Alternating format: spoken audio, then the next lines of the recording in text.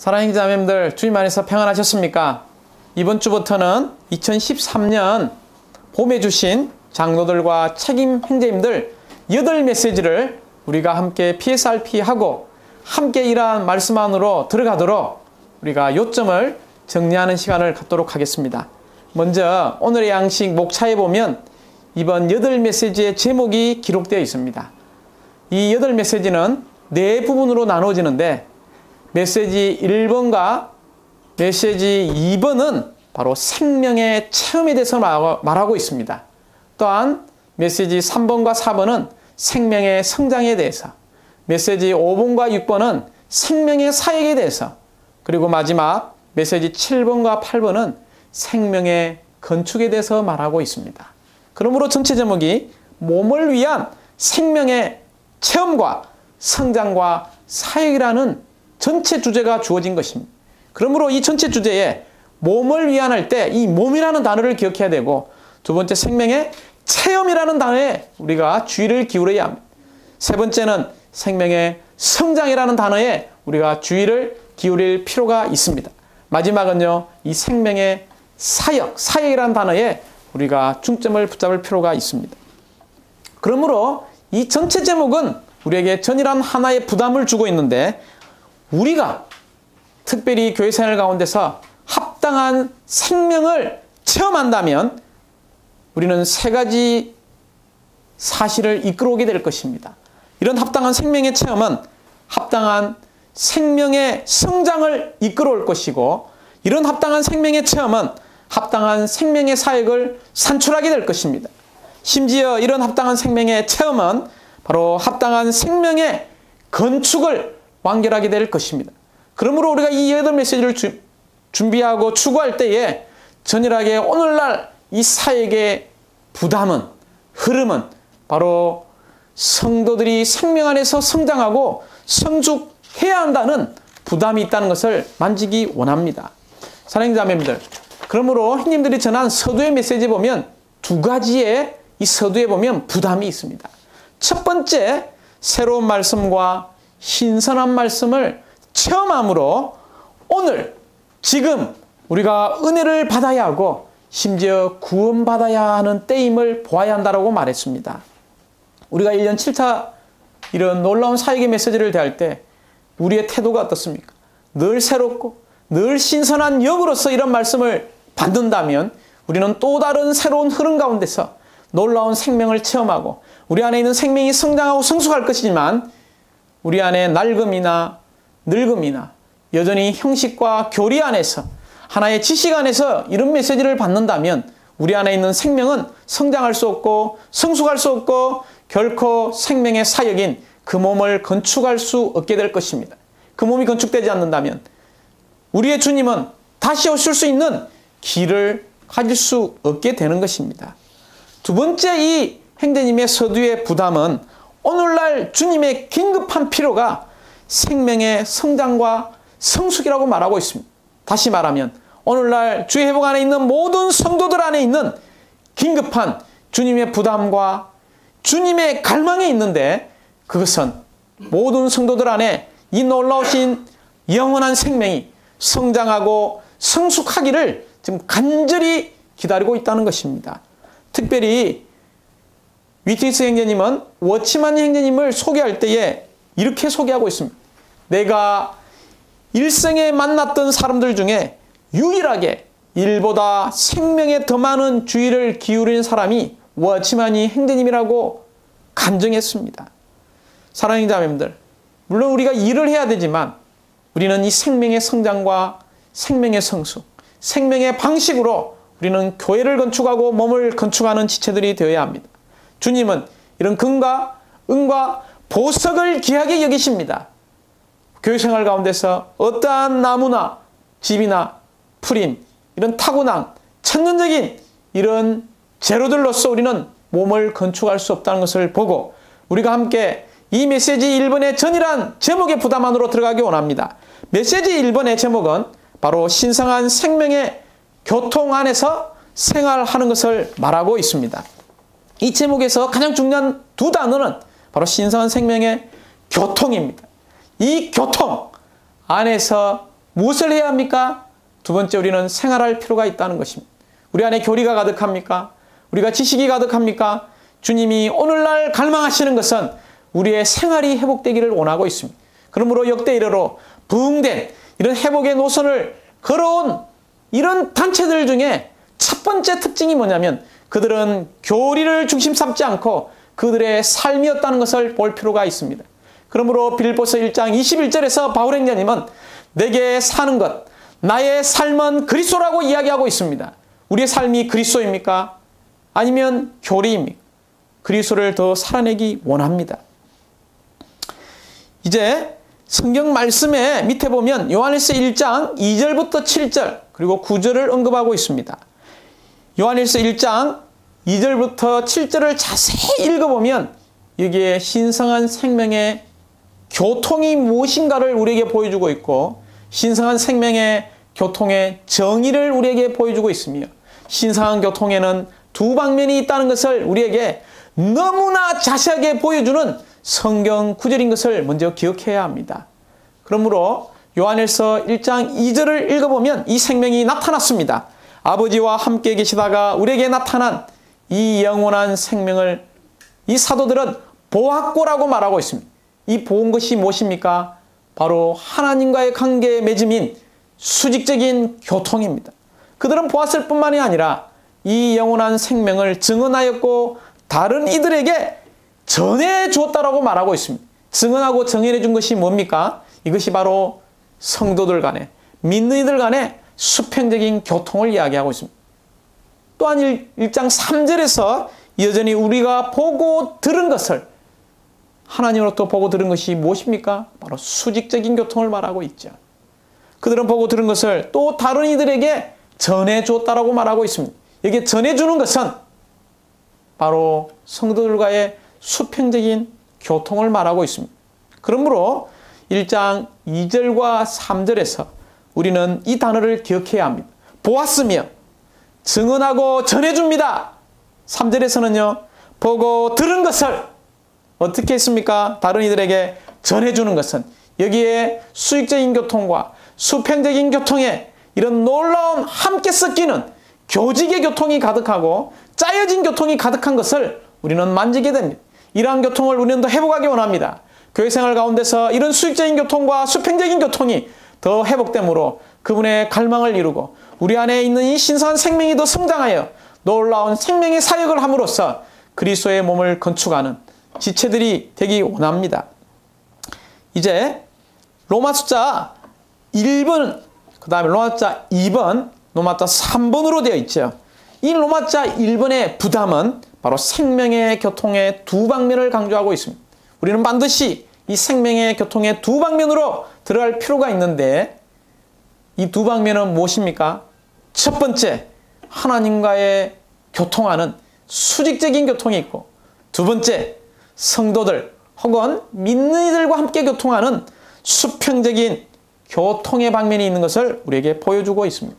로마자 2번은 이러한 생명의 교통, 즉 이런 수평적인 교통과 수직적인 교통의 수단을 보여주고 있죠. 즉 비결, 길을 보여주고 있는데 그것은 두 영이라는 것입니다. 그러므로 로마자 1번과 2번을 기억하시기 바랍니다. 1번에서는 이러한 신선한 생명의 교통에는 두 방면이 있습니다.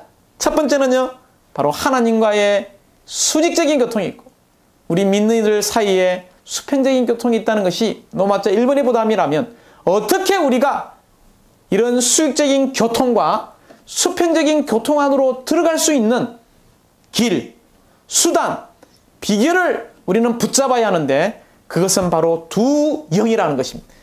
두 영! 두 영이 어디에 있습니까? 바로 내 영 안에 주의 영이 계시죠. 고린도전서 6장 17절에 보면 주와 합하는 자는 한 영이 된 이 두 영을 이야기하고 있습니다. 이 두 영, 즉 그 영과 우리의 거듭난 우리의 영을 통하여 우리는 수직적인 교통과 바로 수평적인 교통 안에 참여할 수 있습니다. 로마자 3번은 우리가 이러한 놀라운 이런 수직적인 교통과 수평적인 교통 두 영을 사용해서 우리가 참여할 때에 우리는 더 깊어져야 하고 더 넓어져야 하고 더 높아져야 하고 더 풍성해져야 하는 부담이 노마자 3번이라는 거죠. 다시 말하면 우리가 더 깊어지는 수직적인 교통과 수평적인 교통을 회복하기 원한다면 우리는 반드시 십자가를 통해서 십자가의 체험, 십자가를 적용하는 공과를 배울 필요가 있다는 것입니다. 이제 로마자 1번을 좀 더 상세하게 들어가 보죠. A번에 보면 교통은 신성한 생명을 받아 소유하고 있는 모든 믿는 이 안에 있는 영원한 생명의 흐름이다. 이 A번의 강조점은 신성한 생명의 교통의 정의를 우리에게 보여주고 있습니다. 그러므로 A번에 이 신성한 생명의 교통의 정의는 밑줄을 그어야 되겠죠. 영원한 생명의 무엇입니까? 흐름입니다. 영원한 생명의 흐름, 이 흐름에 우리가 더 동그라미를 쳐놓으시기 바랍니다. 신성한 생명의 교통의 정의는 바로 영원한 생명의 흐름입니다. 마치 이 전기 안에 흐름이 있죠. 그 흐름이 전류의 흐름이고 우리 피의 흐름이 있습니다. 피의 혈액순환이 있죠. 이런 흐름은 너무나 중요합니다. 흐름이 중단된다면 그 사람은 죽게 될 것입니다. 그러므로 그리스도인의 이 생명 노선, 생명의 맥박과 같은 것이 있는데 그것은 이 영원한 생명이 우리 안에 흘러야 한다는 것입니다. 이 영원한 생명이 지금 우리 안에 흐르기 원합니다. 이러한 영원한 생명의 흐름이, 즉 신성한 생명의 흐름이, 놀라운 삼위일 하나님의 이런 흐름이 우리 안에서 더 회복되어질 필요가 있다는 것입니다. B번은 이러한 영원한 생명의 흐름인 이 생명의 교통에 두 방면이 있는 것을 요한일서 1장 2절과 3절, 6절과 7절에서 우리에게 보여주고 있는데 이 영원한 생명의 두 방면은 바로 수직적인 방면과 수평적인 방면이 있다는 것입니다. 그러므로 B번의 1번에 보면 요한일서 1장 2절과 3절을 언급했죠. 여기에 가장 중요한 단어가 어떤 단어라고 이야기했습니까? 보고 들은 것. 두 번째는요, 전해주는 것입니다. 이 보고 들은 것이 B번의 A번에 보면 바로 교통의 수직적인 방면이라는 것이고 전해주는 것이 뭡니까? 바로 교통의 수직적인 방면이라는 것입니다. 그러므로 이 B번의 1번의 작은 B번에 보면 사도들의 체험은 무엇이었습니까? 먼저 이런 수직적인 체험이었죠. 그런 다음에 다른 사람들에게 전해줄 때 두 번째 체험은요, 바로 수평적인 방면의 체험이었습니다. 사랑하는 자매님들, 우리가 교회 생활할 때 수평적인 방면의 교통이 많습니까? 수직적인 교통이 많습니까? 제 체험에 하면 수많은 이런 수평적인 교통, 지체들이 그리스도를 공급하고 체험한 그리스도를 전람하고 신원하고 이런 그리스도를 공급받을 때, 즉 수평적인 이 교통으로 말미암아 어느 날 우리가 주관적으로 주님을 접촉하게 되고 주님을 만지게 되는 수직적인 교통이 서서히 주관적으로 형성되지 않습니까? 무엇이 먼저인가는 모르지만 이런 수평적인 교통과 수직적인 교통이 더 많이 교직되고 짜여질 필요가 있다는 것입니다.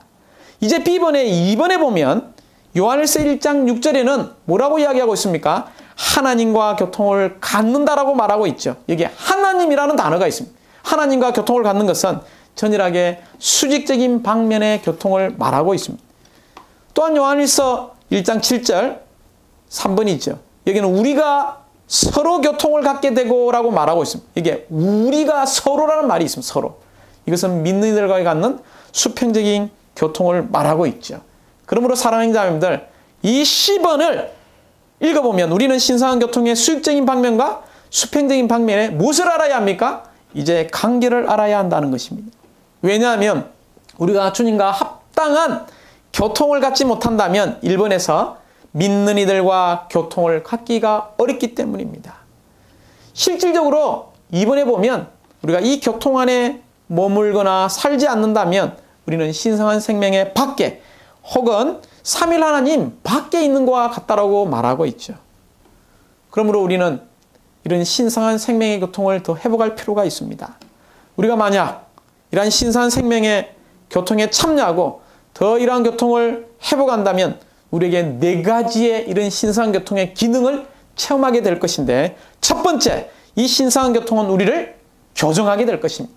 두 번째, 이 신성한 교통은 우리를 하나님의 형상으로 더 빚어줄 것입니다. 세 번째, 우리를 더 하나님 사람으로 재조성시켜주게 될 것입니다.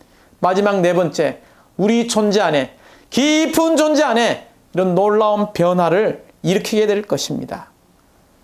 이러한 놀라운 신상교통의 교정과 빚어줌과 재조성과 이런 내적인 변화를 체험할 때 우리는 하나님의 이런 신상교통의 목적에 도달하게 될 것입니다. 이런 신상교통의 목적은 무엇입니까? 바로 4번에 잘 나와 있죠.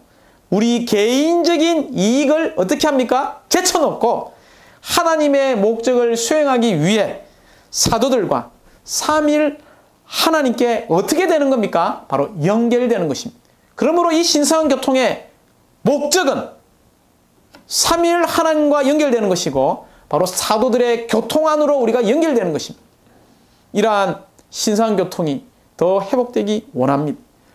이렇게 연결될 때 삼일 하나님과 연결되고 또 사도들과 연결되고 믿는 일과 연결될 때 이 D번에 이러한 신상교통은 그리스도의 몸 안에서 생활하는 실제를 가져온다는 것입니다. 이것이 그리스도의 몸의 생활의 실제인 것을 우리에게 보여주고 있습니다. 그러므로 사랑하는 자매님들, 우리가 이런 그리스도의 몸의 생활의 실제인 신성한 교통 안에 머물려면 1번에 우리는 개인적이고 독립적이며 의견을 고집하는 것을 내려놓아야 합니다. 왜냐하면 그리스도의 몸의 실제를 파괴하기 때문입니다. 우리가 함께 항상 우리 자신을 멈추는 공과를 참되게 배우게 해 주소서라는 기도를 주님께 드리기 원합니다. 우리가 개인적이고 독립적이고 자기의 의견을, 자기의 고집을 내려놓을 때 우리는 신성한 교통 안에 제한받게 될 것입니다. 우리가 신성한 교통 안에 제한받으면 제한받을수록 이번에 그리스도의 몸의 하나 안에서 보존되는 놀라운 체험을 갖게 될 것입니다. 결국 우리가 그리스도의 몸의 하나 안에 보존되는 이런 놀라운 사역 안에서 보존될 때 이번에 우리에게 놀라운 두 가지를 가져오게 됩니다. 첫 번째, 이런 생명의 내적인 흐름으로 말미암아 말할 수 없는 기쁨을 가져오게 되죠. 기쁨이라는 것. 두 번째는요, 우리에게 놀라운 내적인 다스림이 있는 참된 천국을 가져오게 될 것입니다. 정말 이런 놀라운 기쁨이 가득하고 내적인 다스림이 있는 천국을 가져오기 원한다면 우리는 우리의 영과 이러한 신성한 영이 한영된 영을 사용해서 신성한 교통의 두 방면 안으로 들어가야 하는 부담이 바로 로마자 2번에 있습니다. 어떻게 이런 수적인 교통과 수평적인 교통 안에 놀라운 함께 짜여지는 이런 교통 안에 들어갈 수 있습니까? 그 비결이, 그 수단이, 그 길이 바로 두 영이라는 것을 우리는 붙잡을 필요가 있습니다. 그러면 로마자 2번의 전이라는 부담은 바로 두 영에 있습니다. 이 두 영, 우리의 영을 사용해서 우리의 영을 훈련해서 영이신 하나님을 접촉할 때만이 우리는 수직적인 교통이 회복되고 심지어 수평적인 교통이 더 회복되게 될 것입니다. 로마자 2번의 A번을 보면 우리는 신성한 영, 곧 성령에 의해 신성한 교통의 수직적인 방면 안으로 들어가야 한다.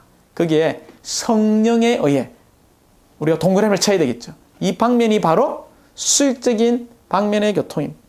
로마자 2번의 B번에 보면 우리는 사람의 영에 의해 신성한 교통의 수평적인 방면 안으로 들어가야 한다.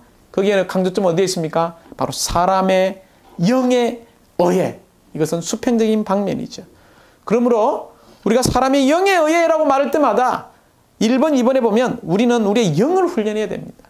만약에 우리의 영을 훈련하지 않으면 우리 안에 많은 이런 성도들에 대한 부정적인 것들, 세상적인 방식들, 또한 험담들, 우리의 대하에 있어서 많은 다른 이들의 실수나 실패들을 언급하게 될 것입니다.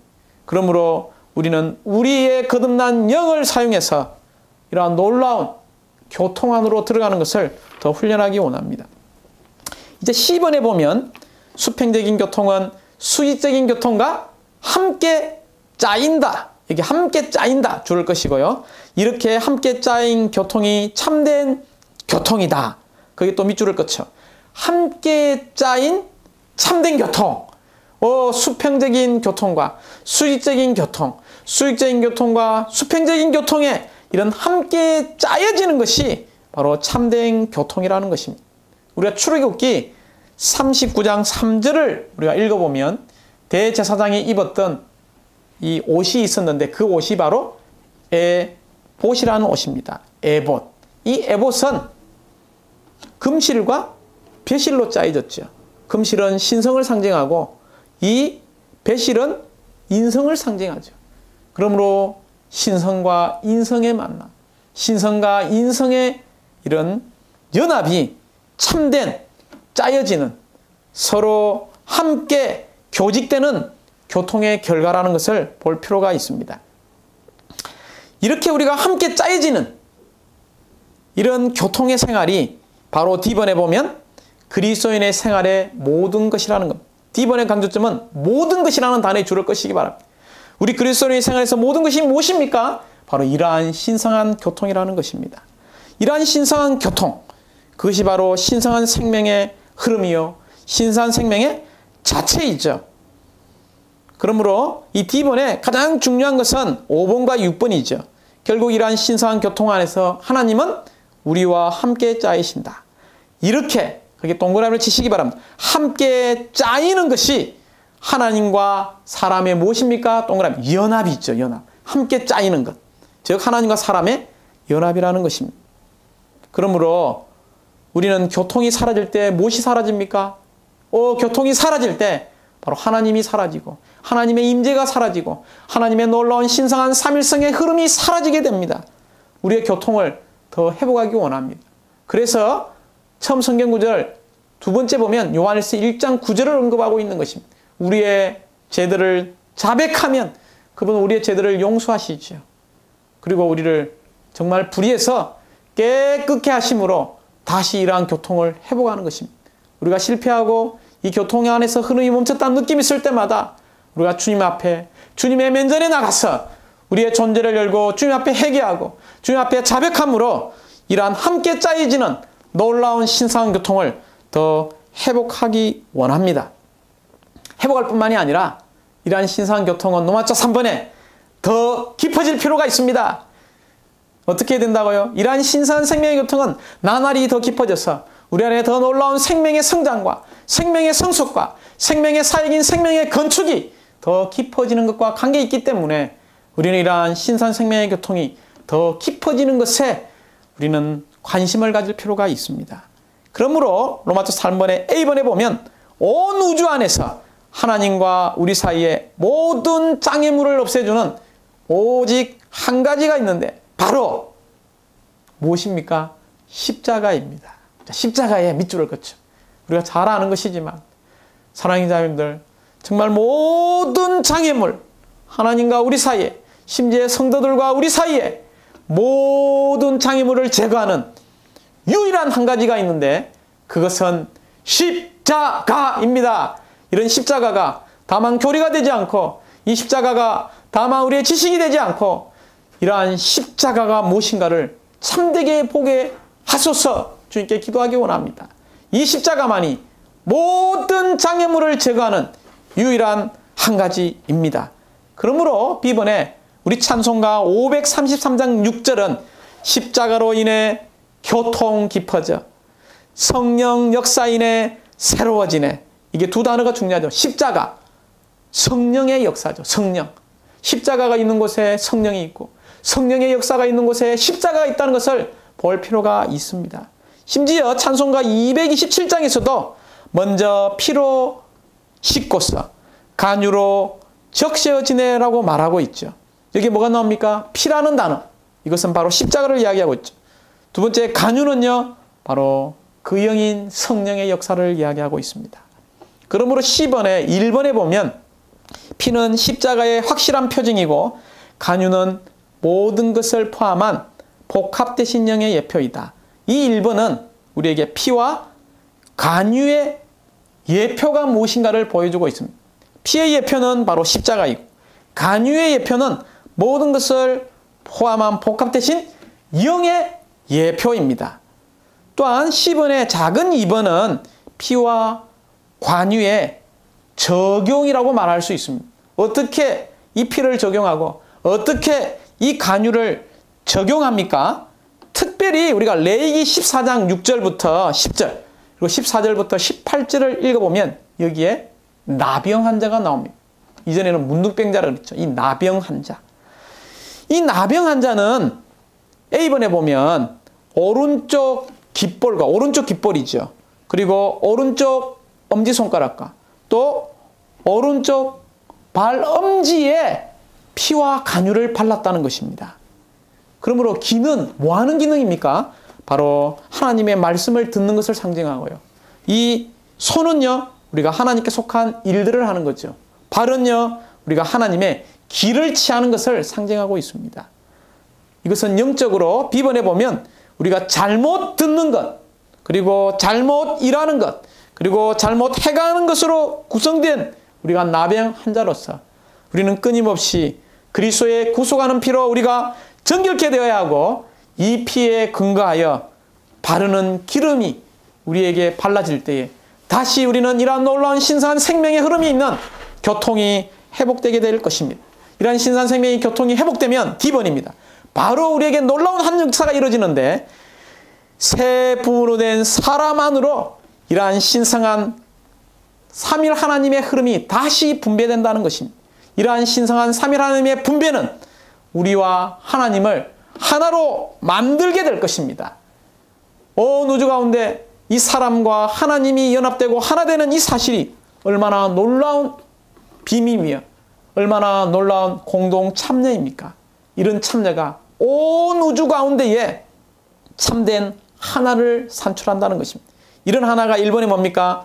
하나님과 우리와 하나로 만드는 것이죠. 2번에는요, 이 하나가 온 우주 가운데서 가장 큰 하나라는 것을 우리에게 보여주고 있는데 이것이 3번에 하나님께서 원하시고 우리가 원하는 바로 갈망이라는 것을 볼 필요가 있습니다. 그러므로 요한복음 17장에서 주님은 우리가 하나인 것 같이 그들도 하나가 되도록 해달라고 주님은 이 땅을 떠나시기 전에 간절히 기도했다는 것입니다. 결국 교회와 신성한 삼일성은 어디서 하나 됩니까? 4번에 보면요, 교통 안에서 하나 된다는 것을 붙드시기 바랍니다. 그러므로 결론적으로 2번에 우리가 철저히 이러한 신성한 교통 안에 있으려면 무엇을 체험해야 되는가요? 십자가를 체험해야 한다는 것입니다. 왜냐하면 이러한 신성한 교통 안에서 십자가를 체험할 때 우리 안에 있는 모든 신성한 교통의 장애물을 처리하기 때문입니다.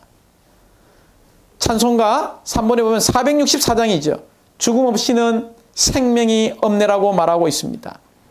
죽음이 없이는 생명이 없네. 중국어로는 뿌스지우 뿌성이라고 그랬죠. 죽음이 없으면 결코 우리에게 생명이 없습니다. 그러므로 4번의 마태복음 16장 24절에 주님은 친히 누구든지 나를 따라오려거든 자기를 어떻게 해요? 부인하고 심지어 자기 십자가를 지고 나를 따라오십시오라고 말하고 있습니다. 5번에 보면요, 우리가 정말 자기를 부인하고 자기 십자가를 주님을 따라가는 것이 무엇이냐면 항상 우리의 이 타락한 혼생명 안에 있는 자아에 그리스도의 십자가를 적용하는 것입니다. 그게 줄을 긋죠. 항상 우리 자아에게 그리스도의 십자가를 어떻게 하는 겁니까? 적용하는 것입니다.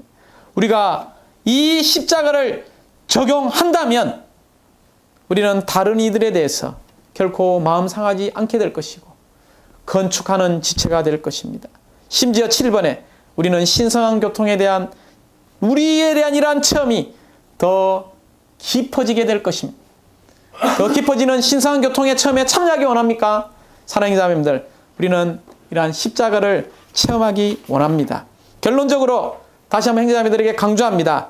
우리가 합당한 이러한 생명을 체험할 때에, 이러한 생명의 교통을 체험할 때에 합당한 생명의 성장을 가져오고 합당한 생명의 사역을 산출하게 될 것이며 심지어 합당한 생명의 건축인 새 예루살렘을 완결하는 이러한 놀라운 신성한 생명의 교통에 참여하는 한 주가 되기를 주님 앞에 영광과 찬양을 돌립니다. 할렐루야!